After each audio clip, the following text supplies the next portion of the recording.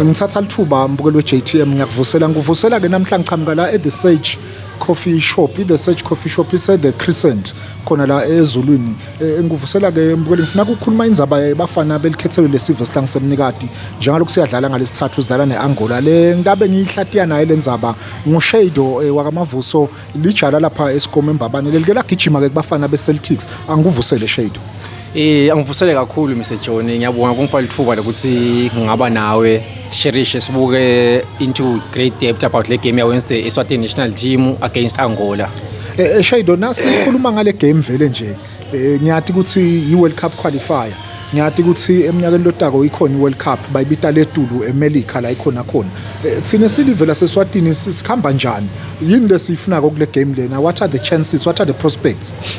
Ngicabanga kakhulu thine vele lomuya ngasho ukuthi le game lena ikithi useless vele abuka litafula nothi uyalibuka sina 2 points out of possible 24 cause phela sesidlala 8 games le game lena intaba yes9 sina 2 points thine vele fine ngisise out yabo labantu lesidlala nabo beAngola bona bayithenga kakhulu kunathi. It's a must win for them because bafuna la ngentulu kukhanza bo Cape Verde nabo Cameroon, but for thina vele ayishise kusilimayele kakhulu. And we consider a lot of goals, consider 14 goals, Sakura only just 4, go onke lo 8 games.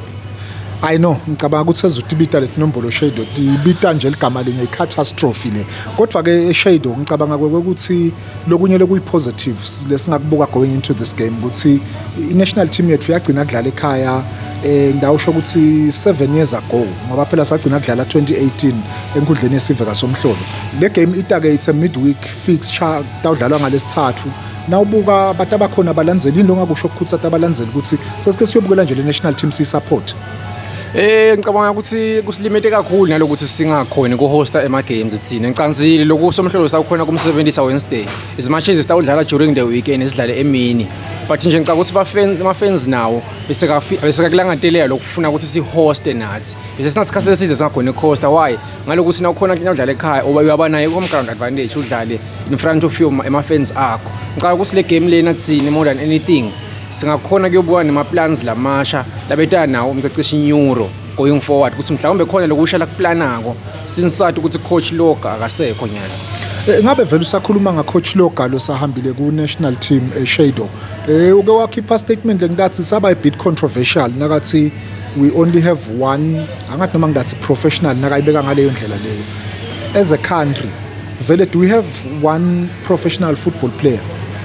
Ngicabanga vele sina one professional football player thina and kuyasilimata kakhulu because now uzama usicompetition nemave lafana nabo Angola for example. iAngola nje inebadlali inqumbi laba player i-trade kuma international teams. Yafaya cuts nje ku bana 2 players labadlala ku Premier League, then bana 1 player lodlala ku Spanish La Liga ku Rayo Vallecano. So le team leyo nathi iqathanisa nathi sine maybe sinamunye umdlali ku Justice Figueiredo udlala cheaper currently. Vele kuyasilimata kulukhuni ukuthi ungasita ukhompyutha nemlo odlala internationally adlala nakubo Europa wena kude udlala only domestically, so awukhona ukukhompyutha naye at international level. Engabe ke nawubuka Shado yini le doubts ngakuthi siyende. I know ukuthi ushito ukuthi sidodlala neAngola bese sesiyodlala neCape Verde, so we are looking at a possible 6 points. Sikhulumela ama-FIFA rankings, sikhulumela ama-bragging rights ukuthi nasingabashaya ngalesithathu nathi stats nasihamba la kubo Zulwini kubolobamba kubo Mbabane at least kukhona into lesingaba proud ngayo, but long term sithini? Ngicabanga ukuthi thina le game lena siyita just to boost our morale maybe going forward. Sikhona ku-builder maybe for upcoming tournaments nyalo because now siyabuka nje national team nyalo i-dominated by badlali inqumbi labaqhamuka kuNsingizini nalabaqhamuka ku Royal Leopard, but utawutsini vele kude lesingakusho because iRoyal Leopard neNsingizini ngona ama teams la khona this season ku participate kithi outside the country, so labadlali labo mhlawumbe ngibo vele lesingathi nyalo but akukhona ku-absorba i-pressure ekudlala against those other nations. So nyalo thina going forward ngicabanga ukuthi bo coach ba national team funa bete ne long term plan, maybe bazame lenye yato ukuthi ba introduce some of the players labasesebasha labafaya ekhasi bo Suarez. Kumbe ngathi ngiyakuva kancane Shado, but leliqiniso Shado kufuna silikhulume singaligegi lokuthi nasikhuluma nge-national team kunema-national teams ndawubekisa bo Botswana bo Lesotho including nabo bo South Africa. Yes, lo mnye umuntu afika baletha info letinengi, but basikhanze thine vele siyi national team lengithimine sibadzala la sikhona la bholeni. But now ubuka namuhla in terms of ema rankings kukhona lesebakwendela okunconywana kunathi.